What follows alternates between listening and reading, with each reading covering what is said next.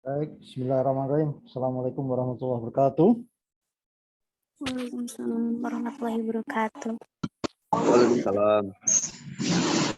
Alhamdulillah, alhamdulillah hadana li hadza wa ma kunna linahtadiya laula an hadana Allah. Asyhadu an la ilaha illallah wa asyhadu anna Muhammadan abduhu wa rasuluhu nabi ba'dah.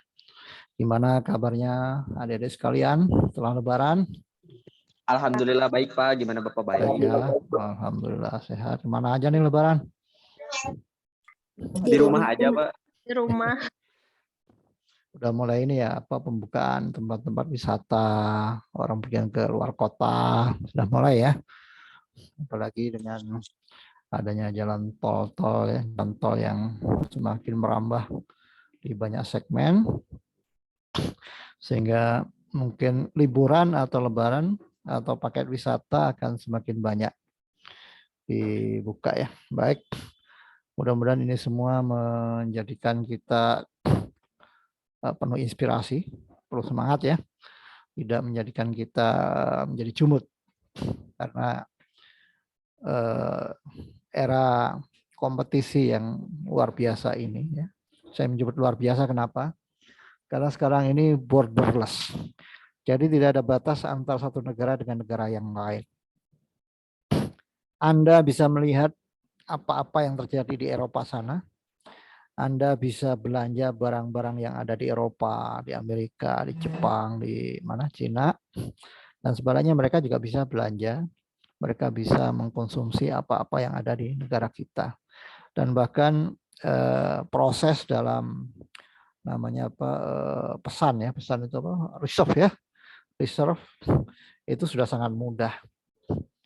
Anda mau ke mana, ke Eropa atau Amerika, itu sekarang paling tinggal ngurus visanya aja yang harus ke kedutaan ya. Nah, itu pun sekarang juga by website ya, web based gitu. Untuk tiket pesawat, untuk hotel, untuk macam-macam Anda sudah menggunakan aplikasi. Nah, ini menunjukkan bahwa ini adalah persaingan luar biasa, di mana barrier persaingan sudah dibuka ya. Jadi hampir nggak ada barrier karena semua orang bisa bermain. Every country can sell product in Indonesia ya. Jadi setiap orang dari negara asing bisa jual produk ke Indonesia dengan ya, adanya internet, adanya connectivity, adanya akses di mana saja. Ini menjadikan kompetisinya demikian ketat luar biasa. Oleh karena itu marketing manajemen menjadi ilmu yang sangat fundamental saat ini. Dan saya lihat animo generasi Anda juga banyak yang mengambil jurusan manajemen ya. Ini menunjukkan bahwa generasi Anda sangat aware dengan kondisi kekinian, di mana era marketing, era manajemen adalah yang menguasai tata kelola bisnis. Ya, tata kelola bisnis, tata kelola perdagangan, dan sebagainya. Baik, mungkin sebelum masuk materi, saya ingin menanyakan apakah ada grup yang akan presentasi pada malam hari ini? Grup berapa ya yang harusnya presentasi? Ada Pak, grup 3. Grup 3 siapa namanya yang mau dijadikan co-hostnya? Ada Cecep. Cecep Suracep, Cecep Saipullah. Cecep Saipullah Pak. Kirain Cecep Suracep. Boleh Pak, boleh Pak. Nah, nanti jadi pasukannya Putin itu, Cecep Suracep. Silakan Cecep untuk mempresentasikan paparan presentasinya.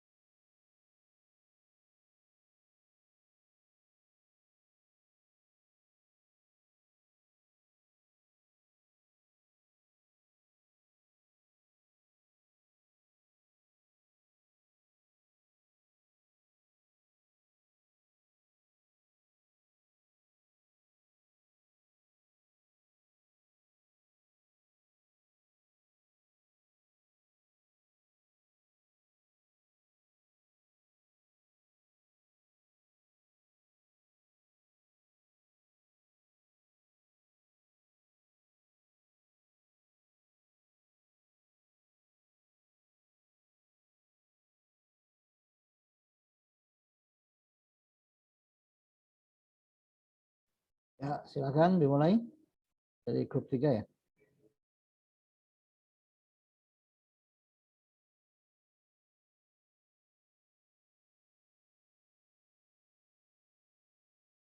Sudah. Hadir.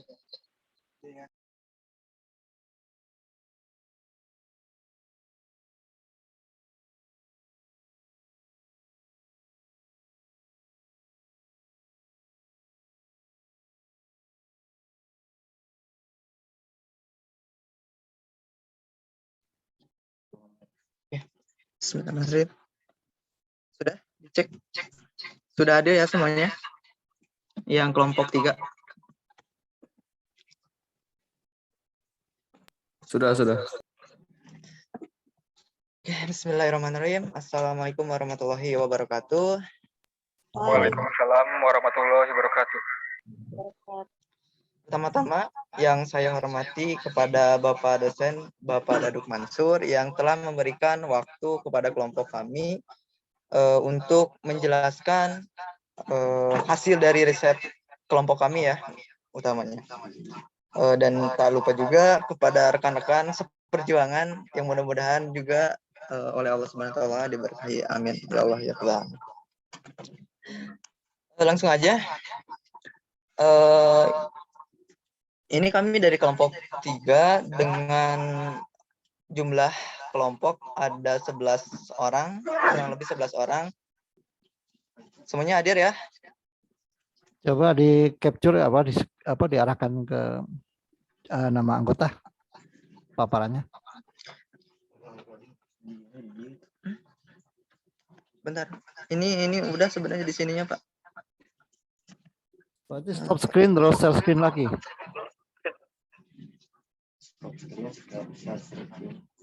Stop screen. Bentar.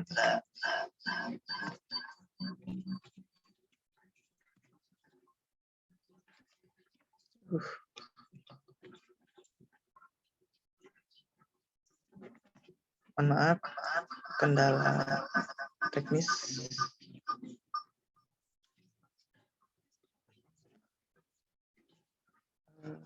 Oke. Kami ada kelompok ada 11 orang. Hadir ya semuanya. Alvan, Muhammad Syahrul, Fatir, Fabil, Ajril Alif, Doa Restu, Wulandini, Amanda, Nindi, dan Muhammad Rizal. Kami sudah melakukan riset yaitu di Talaga Saat yang terletak di puncak di Kabupaten Bogor itu di jalur wisata, benar-benar jalur wisata ya. Mungkin ada beberapa teman di sini juga yang pernah ke sana yang sudah tahu mengenai Telaga Saat ini. Nah, nanti untuk lebih jelasnya mungkin akan dijelaskan oleh teman-teman saya. Untuk yang pertama mungkin ada dari Fatir. Ada nggak Fatir?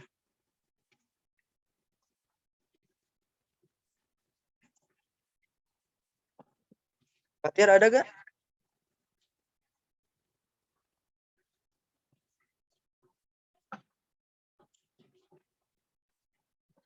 Cek. Tidak ada ya? Fatir belum muncul. Fatir yang lain mungkin, yang lain dulu. Mungkin ini sama saya dulu aja, nggak apa-apa. Untuk profil di sini Telaga Saat merupakan destinasi wisata alam yang banyak digemari oleh berbagai wisatawan lokal maupun luar di sini. Jadi ada juga yang dari Jakarta, dari Bandung juga ada, dari berbagai macam kalangan ya. Dan terletak di Kampung Cibulow, RT 2 RW 6, Desa Tugu Utara, Kecamatan Cisarua, Kabupaten Bogor, Jawa Barat ya. Lokasinya berada di pedalaman. Ini jadi kalau misalkan di jalan raya tuh masuk lagi ke dalam, banyak orang menyebutnya surga tersembunyi ya karena posisinya kan yang tersembunyi gitu ya. Namun tak banyak yang tahu objek wisata yang menyuguhkan keindahan alam eksotik ini pada mulanya hanya sebuah tempat terbengkalai, sebuah danau yang tidak terurus. Namun sekarang sudah terurus dan sebagai tempat pariwisata juga. Dan hingga adanya gagasan ekonomi kreatif yang dicetuskan Bapak Sandiaga Uno membuat tempat yang dahulu terbengkalai ini diperhatikan dan dirawat oleh pemerintahan Bogor di bawah pimpinan Ibu Ade Yasin Munawarah. Telaga Saat ini resmi dibuka pada tanggal 28 Oktober 2018. Jadi sekarang mungkin sudah 4 tahun ya. Nampaknya ekonomi kreatif di sektor pariwisata ini berhasil sedikitnya memulihkan perekonomian di Indonesia. Adapun tarif yang dipasang untuk masuk ke Telaga Saat ini adalah 35.000 di weekend dan 31.000 di weekday. Nah, untuk slide selanjutnya akan dijelaskan oleh Terestu. Ada Tedo Arestu? Ada. Oke, saya persilahkan Tedo Arestu ya. Oke, baik. Sebelumnya, terima kasih kepada moderator. Langsung saja. Pembahasan yang selanjutnya adalah mengenai value atau nilai. Lantas apa sih value dari objek wisata alam Telaga Saat? Nah, jika dibandingkan dengan objek wisata lain, Telaga Saat ini memiliki value-nya tersendiri, yakni sebelum ke Telaga Saat, para pengunjung akan melewati jalan perkebunan teh yang sangat indah, pemandangan alam hijau yang memanjakan mata, udara segar menyejukkan yang bisa membuat pikiran tenang, apalagi bila dibarengi dengan kabut. Akan terasa suasana keasrian dan keaslian dari yang namanya Puncak Bogor. Selain itu, jalannya bebatuan atau non-aspal akan jadi daya tarik tersendiri bagi orang-orang yang menyukai tantangan. Slide selanjutnya. Nah, sedangkan dari segi fasilitas, selama perjalanan menuju Telaga Saat yang memakan waktu cukup lama sekitar 30 menit dari pos 1 menuju pos 2, jelas akan menguras energi, apalagi jalannya yang jelek. Namun, para pengunjung tak perlu khawatir kelaparan karena di dalam objek wisata alam Telaga Saat disediakan warung makan yang menyediakan makanan khas Puncak. Ditambah nuansa danau dan kebun teh akan membuat pengunjung merasa benar-benar di puncak. Ini menjadi kepuasan tersendiri bagi para pengunjung yang memilih Puncak sebagai tempat wisata atau tempat berlibur. Sekian.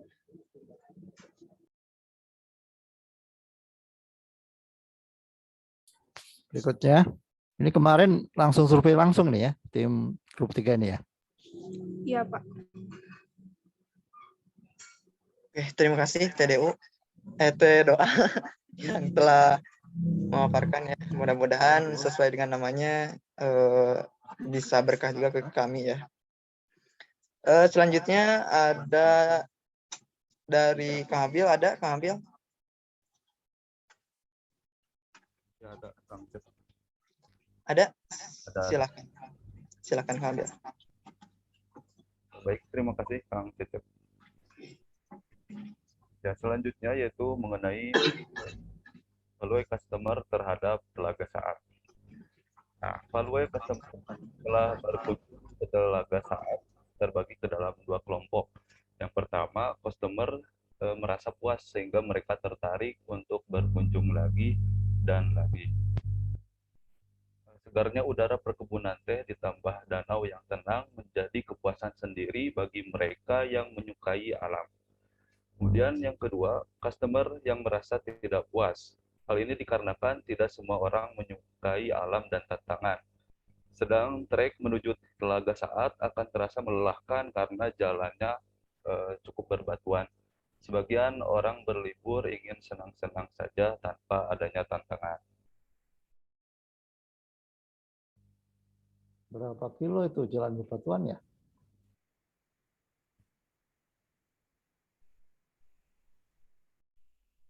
Nah, berikut hasil riset kami kepada 10 pengunjung berbeda dengan pertanyaan yang sama. Dari 1 sampai 10, berapa nilai kepuasan kakak terhadap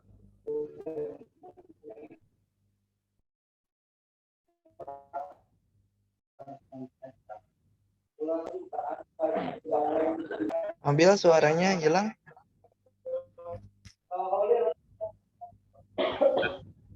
Suara saya jelas?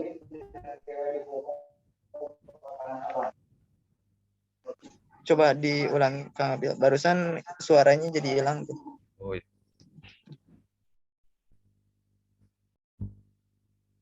Lanjut. Ya, lanjut. Berikut hasil riset kami kepada 10 pengunjung.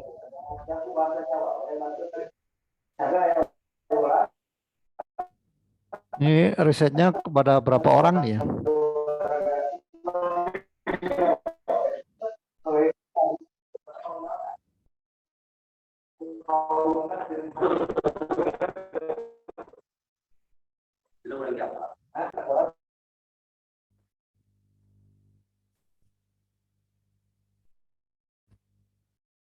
Ayo, sudah habis, silakan dilanjut presentasinya. Ya, baik, Pak. Silakan Kang Abil, lanjut sampai slide 9 ya. Ya, baik.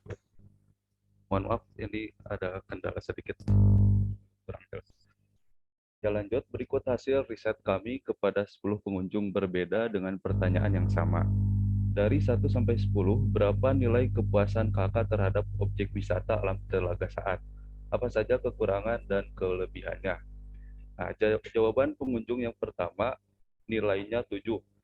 Kekurangannya yaitu akses jalan yang jauh dan jelek, menguras tenaga berjalan kaki, terus harga tiket keseluruhan 31.000. Kurang worth it, belum lagi parkir 5.000. Sedangkan kelebihannya udaranya sejuk dan bisa mengurangi stres. Kemudian jawaban pengunjung yang kedua nilainya sama yaitu 7. Kelebihannya kelebihannya yaitu pemandangan, sedangkan kekurangannya yaitu jalannya bikin sakit badan. Kemudian jawaban dari pengunjung yang ketiga nilainya masih sama yaitu 7. Kekurangannya yaitu jalan tidak memfasilitasi apalagi untuk kendaraan cepat. Kelebihannya pemandangannya yang asri banget. Kemudian jawaban dari pengunjung yang keempat nilainya 8. Kekurangannya risih, ada beberapa tukang foto yang asal jepret terus ditawari buat beli, padahal saya tidak meminta. Harga tiket kemahalan, sedangkan kelebihannya nuansanya masih murni alam, apalagi hamparan kebun tehnya yang indah dan sejuk. Kemudian ada jawaban dari pengunjung yang kelima, nilainya 8. Kekurangannya tiketnya yang mahal, naik wahana harus bayar lagi, padahal cuma buat foto. Terlalu monoton, cenderung biasa saja. Kelebihannya, perjalanan menuju ke sana indah. Telaga Saatnya cocok untuk bersantai apalagi di pinggir danau.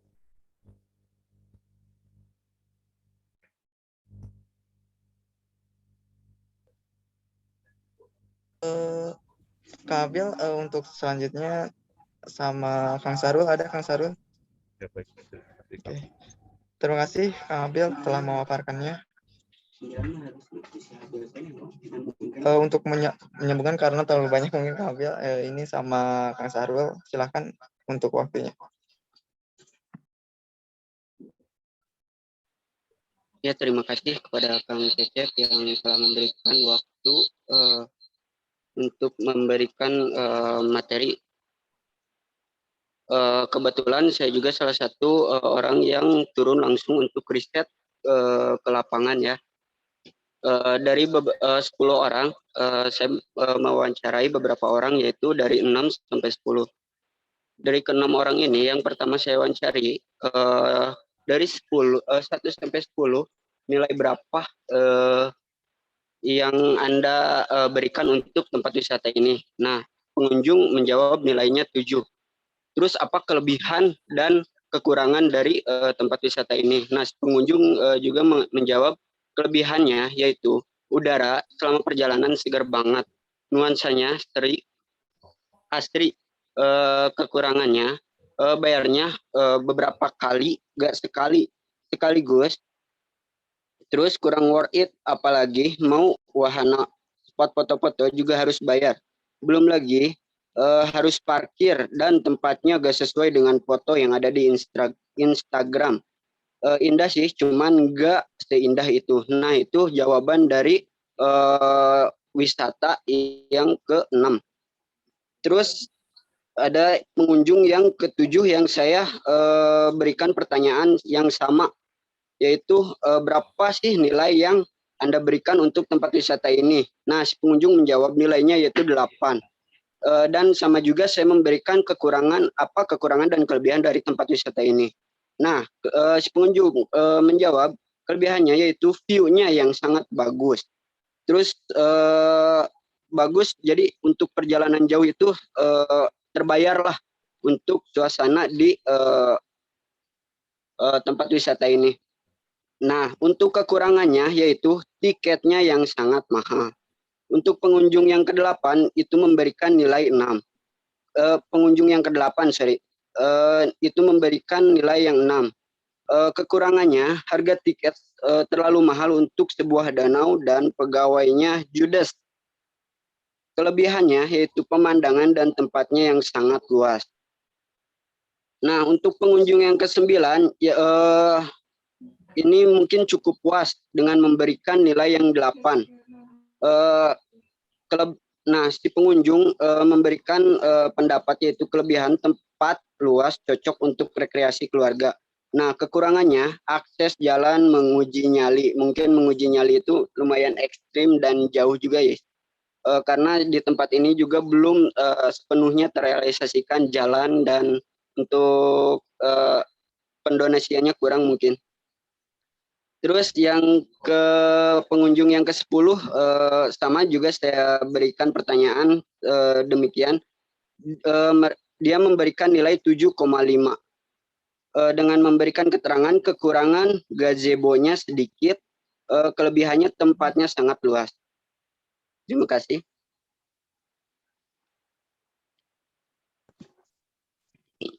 Terima kasih kepada Kang Saro yang telah memaparkan pertanyaan ya, seputar pertanyaan dari hasil riset kelompok kami. Dan ini ada target pengunjung. Nah, dari wisata tersebut ada yang ditargetkan. Nah, ini akan dijelaskan oleh Kang Alpan.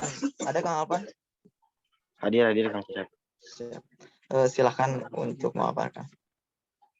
Ya, selanjutnya itu target pengunjung ya. Yang pertama, targetnya adalah orang-orang perkotaan yang ingin menikmati suasana segar. Yang kedua, orang-orang yang ingin berlibur bersama teman ataupun keluarga. Yang ketiga, orang-orang yang menyukai alam. Yang keempat, orang-orang yang menyukai tantangan. Dan yang terakhir, orang-orang yang senang berlibur ke puncak, karena puncak dikenal sebagai salah satu tempat wisata yang menyenangkan. Kang Cecep, slide selanjutnya Kang Cecep.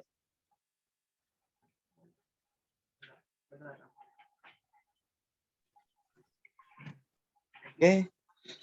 Terima kasih Kang Alpan, sudah satu slide aja karena ada beberapa orang. Di sini ada strategi marketingnya yang akan dijelaskan oleh Amanda. Ada nggak Amanda? Hadir. Silahkan Teh Amanda untuk memaparkannya. Ya, untuk strategi marketing, untuk strategi marketing sendiri, pihak pengelola berusaha memfasilitasi pengunjung selengkap-lengkapnya. Tetapi karena lokasi telaga saat ini jauh dari jalan raya, pengelola membuat akun sosial media resmi Instagram @telaga_saat_puncak guna meningkatkan eksistensi objek wisata Telaga Saat. Lanjut, Pak.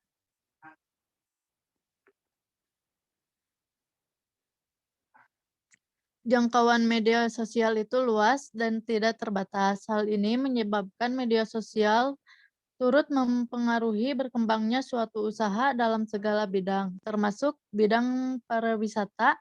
Akun @telaga saat puncak telah berhasil membuat objek wisata ini eksis dan hits. Oleh karena itu, pihak pengelola menguatkan lagi strategi marketing melalui media online.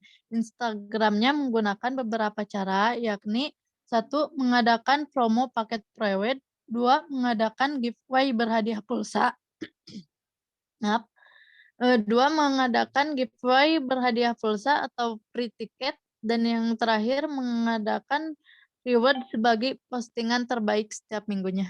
Dikembalikan ke moderator. Terima kasih.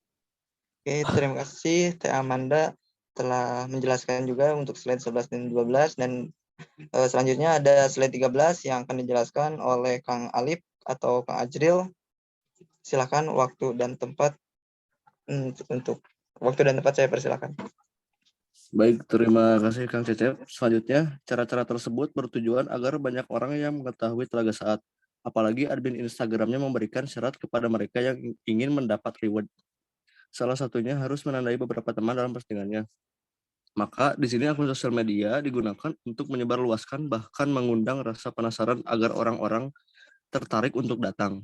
Dengan kata lain, Telaga Saat menjadikan sosial media sebagai sarana untuk membangun identitas. Selain itu juga digunakan sebagai alat untuk melakukan pemasaran agar dikenal luas oleh banyak orang.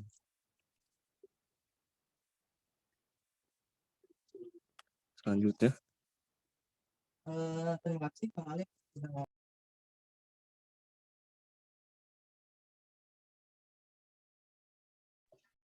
Oke. Terima kasih Kang Alif yang telah memaparkan. Ini ada slide 14 yang akan dijelaskan oleh Teh Nindi. Untuk waktunya saya persilahkan.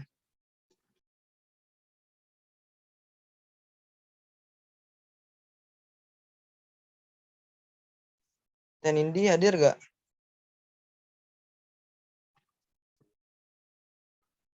Nggak ada.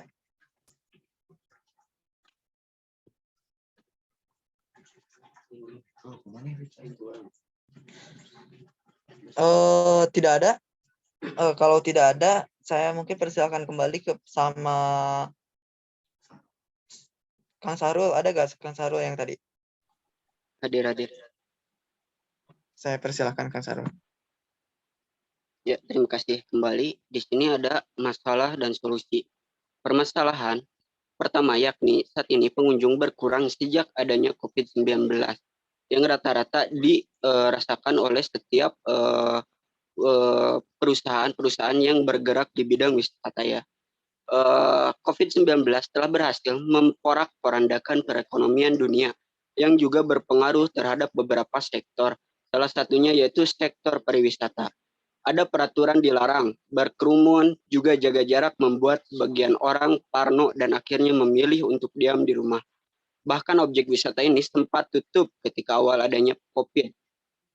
Untuk permasalahan ini, pihak pengelola memberikan solusi dengan cara memperketat protokol kesehatan di mana pengunjung bisa masuk ke Telaga Saat tetapi harus menggunakan masker dan memakai hand sanitizer. Selanjutnya. Oke, ini slide 15 Kang Patir sudah hadir ya? Hadir. Oke. Ini Kang Patir silakan untuk menjelaskan yang slide 15 karena tadi nggak ada. Silakan untuk slide 15. Saya persilakan. Baik, terima kasih. Berikutnya, adapun masalah lainnya adalah keluhan customer mengenai beberapa hal yang meliputi yang pertama, harga tiket mahal karena bayar 2 kali.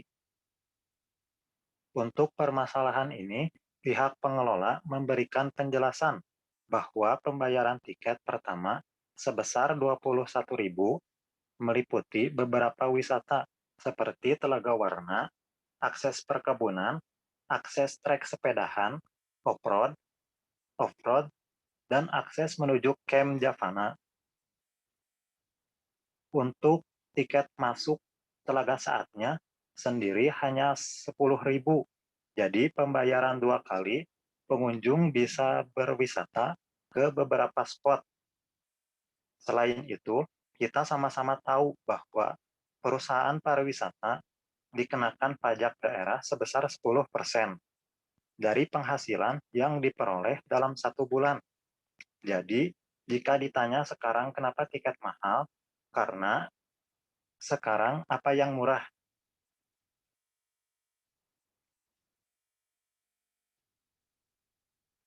Yang kedua, akses jalan tidak baik atau jalanan jelek.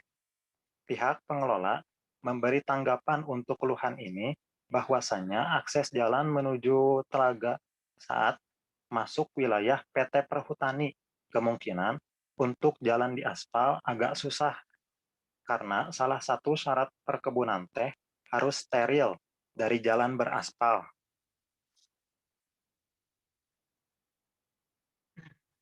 Terima kasih Kang Fatir dan teman-teman semuanya yang telah memaparkan materinya. Dan ini untuk kesimpulannya,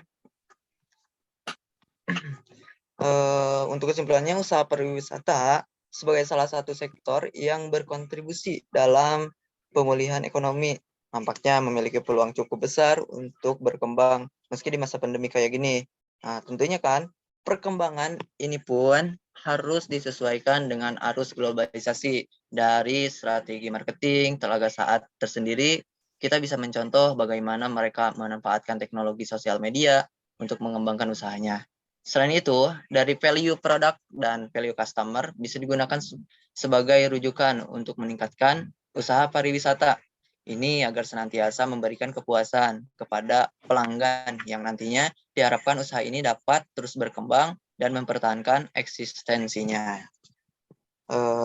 Itu hasil dari riset dari kelompok kami.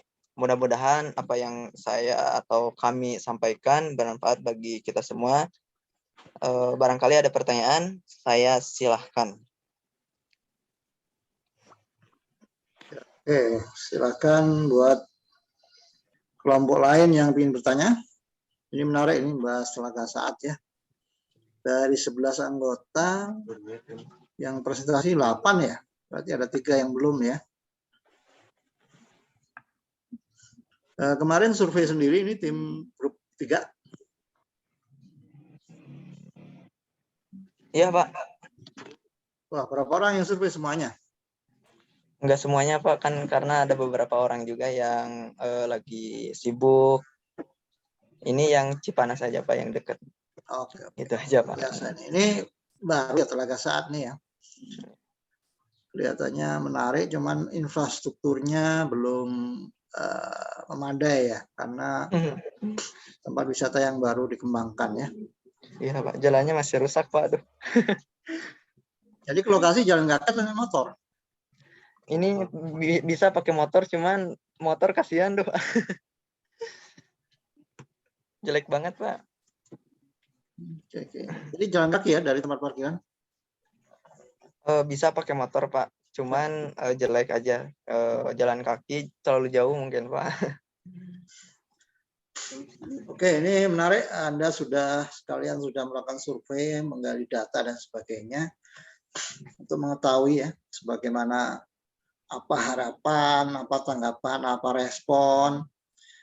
Itu merupakan hal yang sangat dibutuhkan terutama dalam bisnis pelayanan jasa ya, jasa pariwisata dalam hal ini tourism di Telaga Saat. Karena tourism itu mengedepankan aspek rasa, aspek experience. Jadi apa yang dirasakan, apa yang dijalani,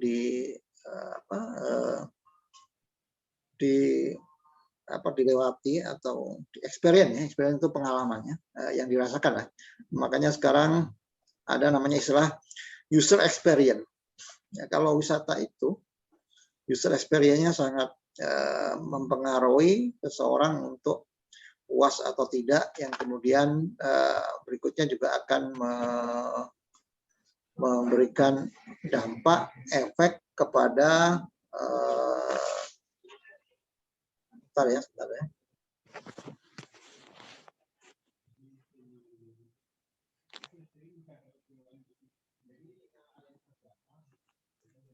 Tapi teman-teman mungkin sambil untuk dipersiapkan pertanyaannya, sambil nunggu si bapaknya yang lagi ada kendala. Saya persilahkan. Pikirkan dulu aja ya, nanti dijelaskan.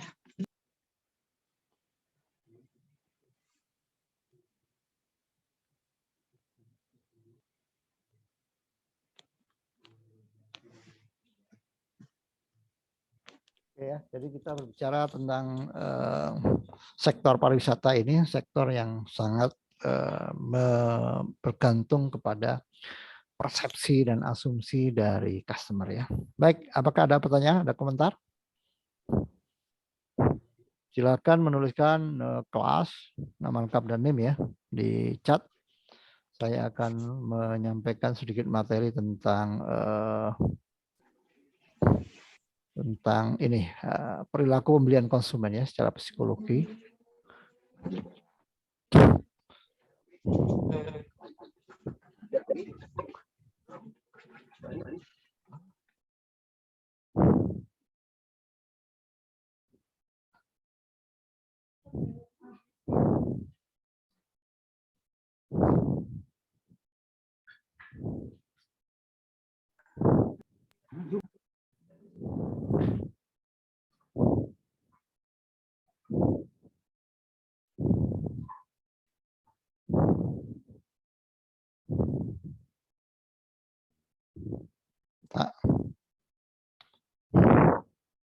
Oke, perilaku konsumen itu dipengaruhi oleh beberapa hal ya. Ini saya tunjukkan kepada Anda sekalian. Yang pertama adalah faktor budaya.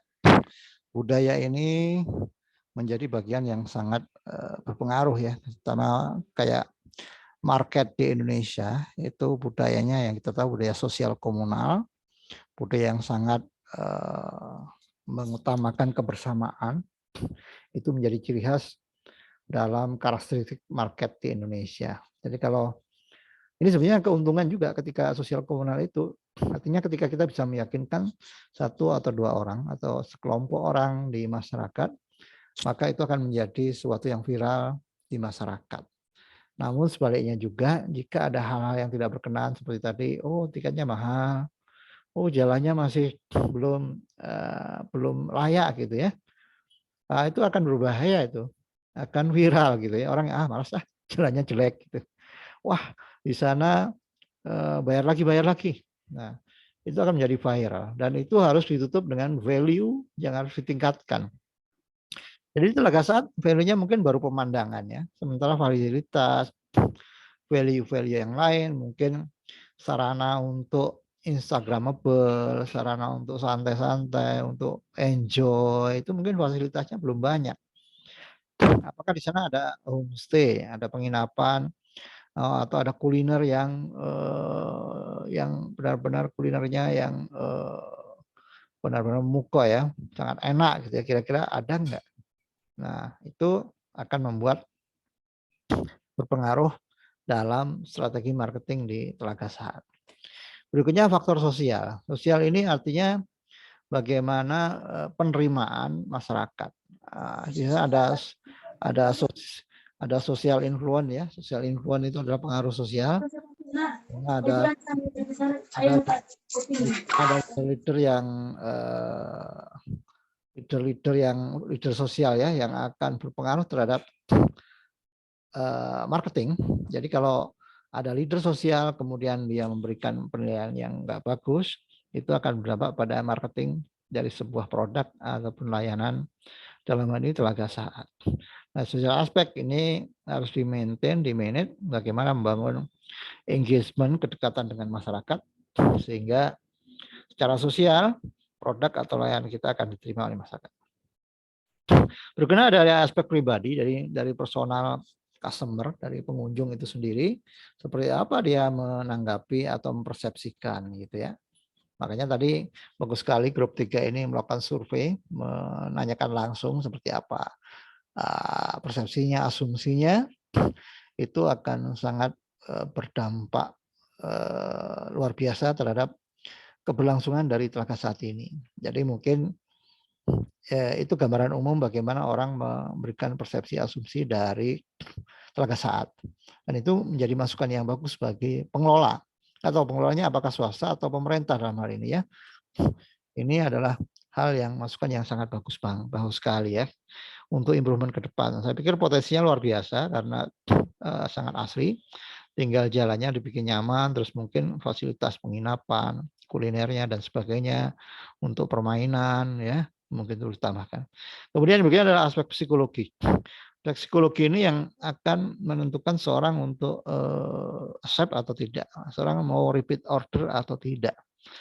Kalau psikologisnya tadi memberikan efek orang akan jerah, orang akan malas datang ke Telaga Saat karena jalannya yang belum bagus ya, jauh, terus kemudian bayar lagi, itu akan memberikan aspek psikologi yang tidak bagus.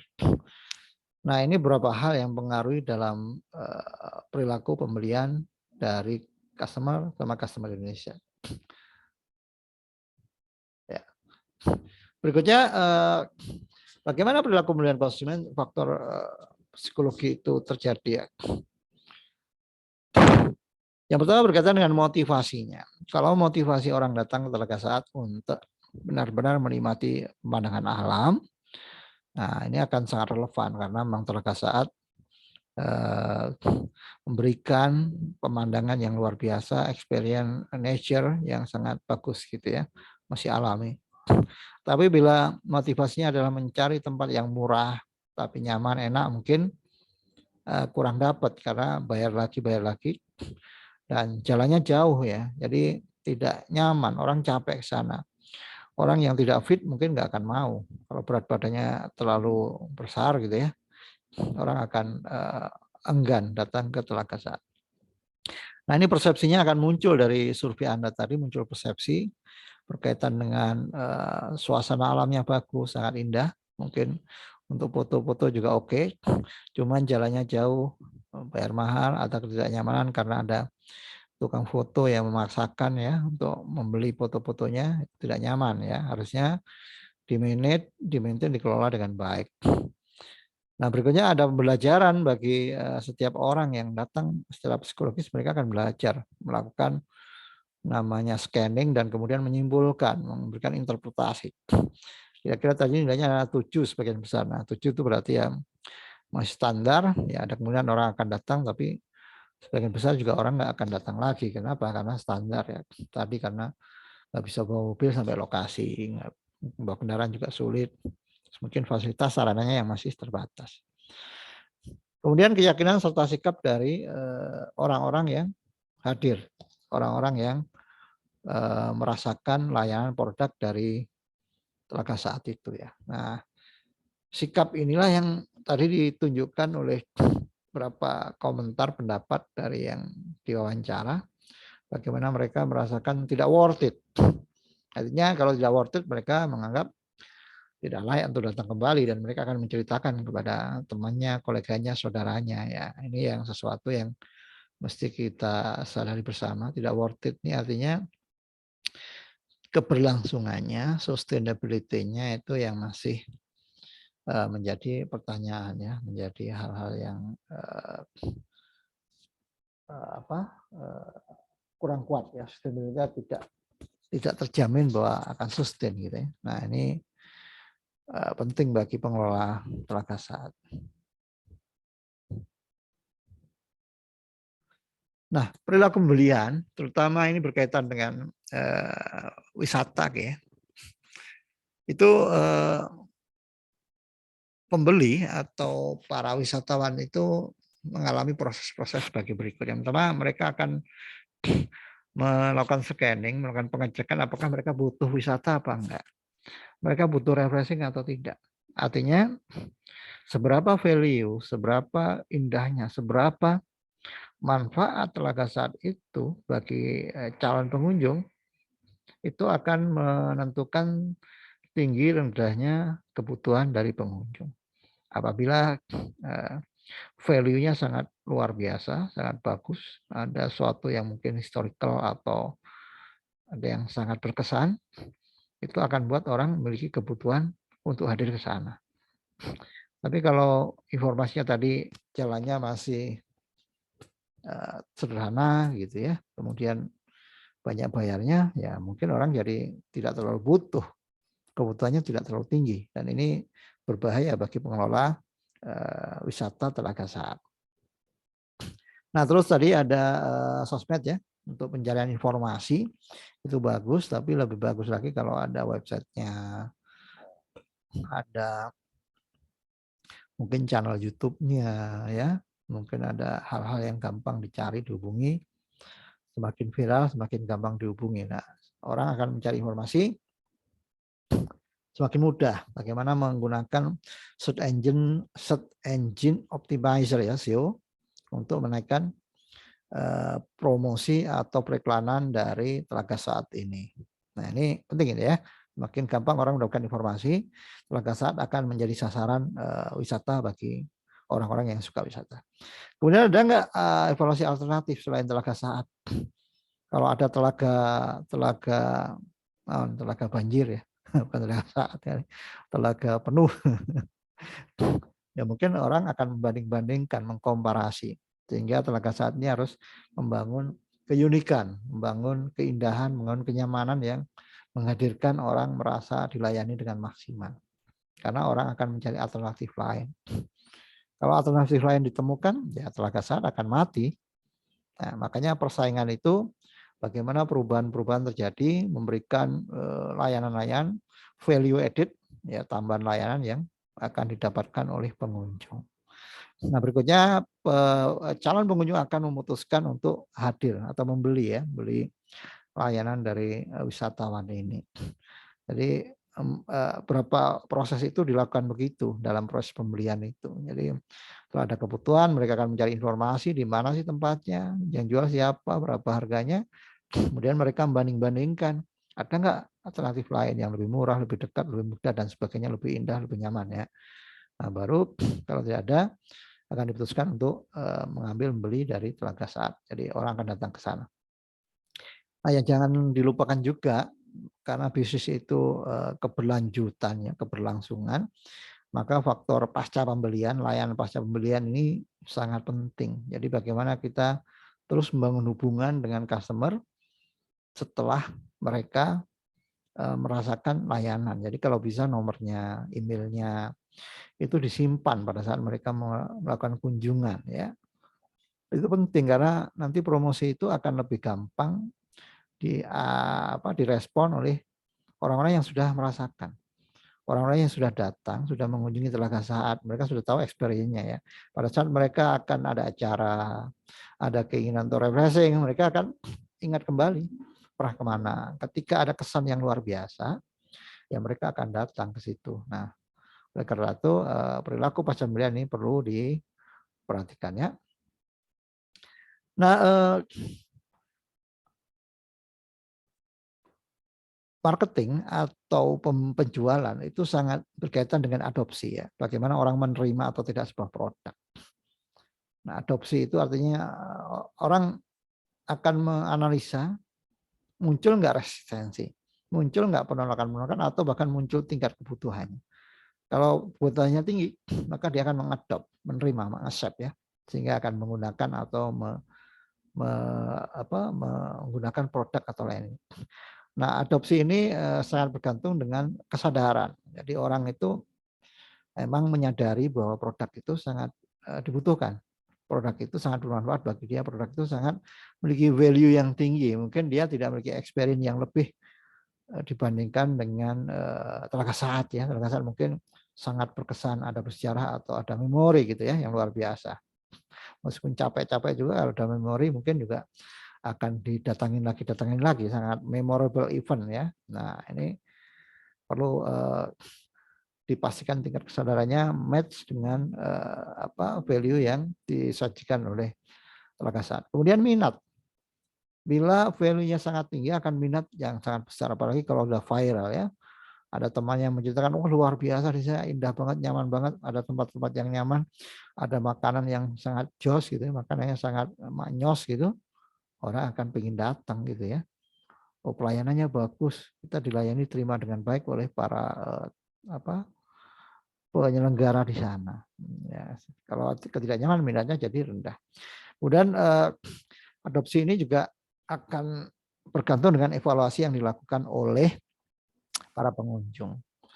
Kalau evaluasinya bagus, pengunjung akan datang kembali. Tapi bila evaluasinya mengecewakan, pengunjung tidak akan datang lagi atau pengunjung akan merekomendasikan orang lain untuk tidak datang lagi. Tapi kalau bagus, mereka akan merekomendasikan kepada orang untuk hadir.